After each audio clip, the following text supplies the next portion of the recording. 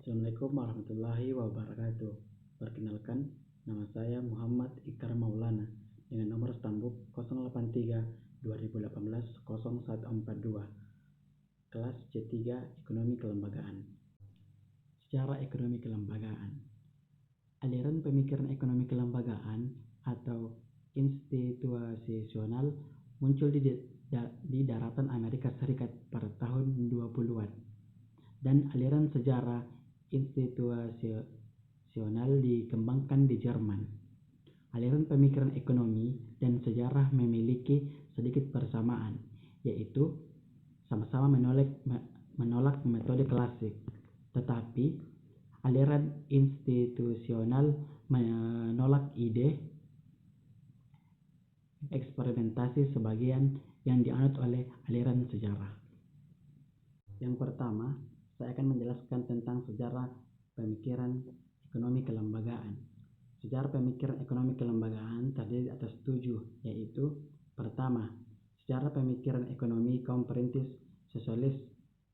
Konsep ekonomi kaum perintis sosialis ditemukan terutama dalam ajaran-ajaran agama, kaidah-kaidah hukum, etika, atau aturan-aturan normal.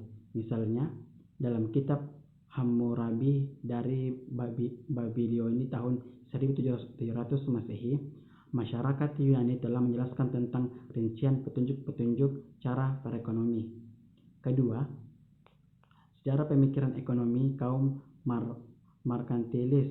Merkantilis merupakan model kebijakan ekonomi dengan campur tangan pemerintah yang dominan serta politik kolonial ditunjukkan dengan tujuan mewujudkan neraca perdagangan luar negeri yang menguntungkan. Ketiga, secara pemikiran ekonomi kaum Paisikotrat, pemikiran para Paisikotrat mengenai tata susunan masyarakat pada umumnya dan susunan ekonomi khususnya berakal pada falsafat dasar dan dahulunya pandangan bahwa menata diatur menurut kekuasaan hukum alam.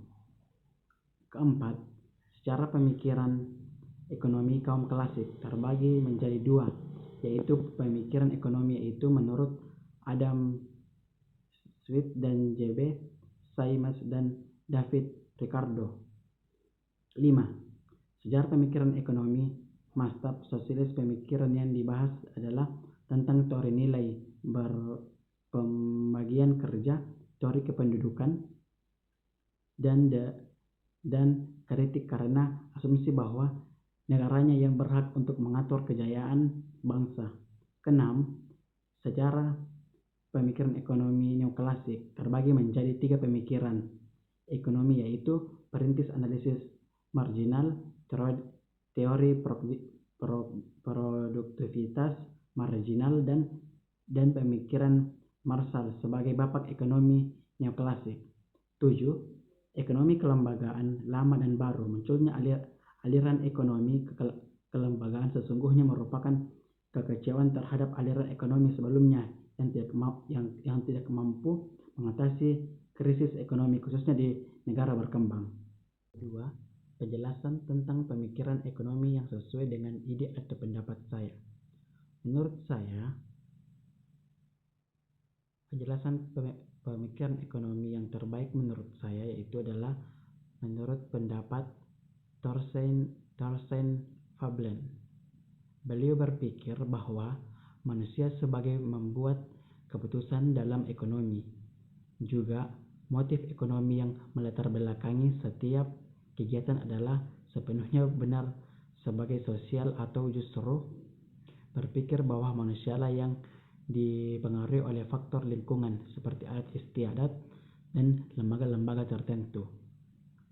Revolusi perkembangan pemikiran yang dikemukakan oleh Fabian yaitu dengan memperluas lingkup pengkajian ilmu ekonomi, membawa akibat perluasan dan perubahan dalam metodologi, andai-andaian, dan perilaku variabel-variabel ekonomi.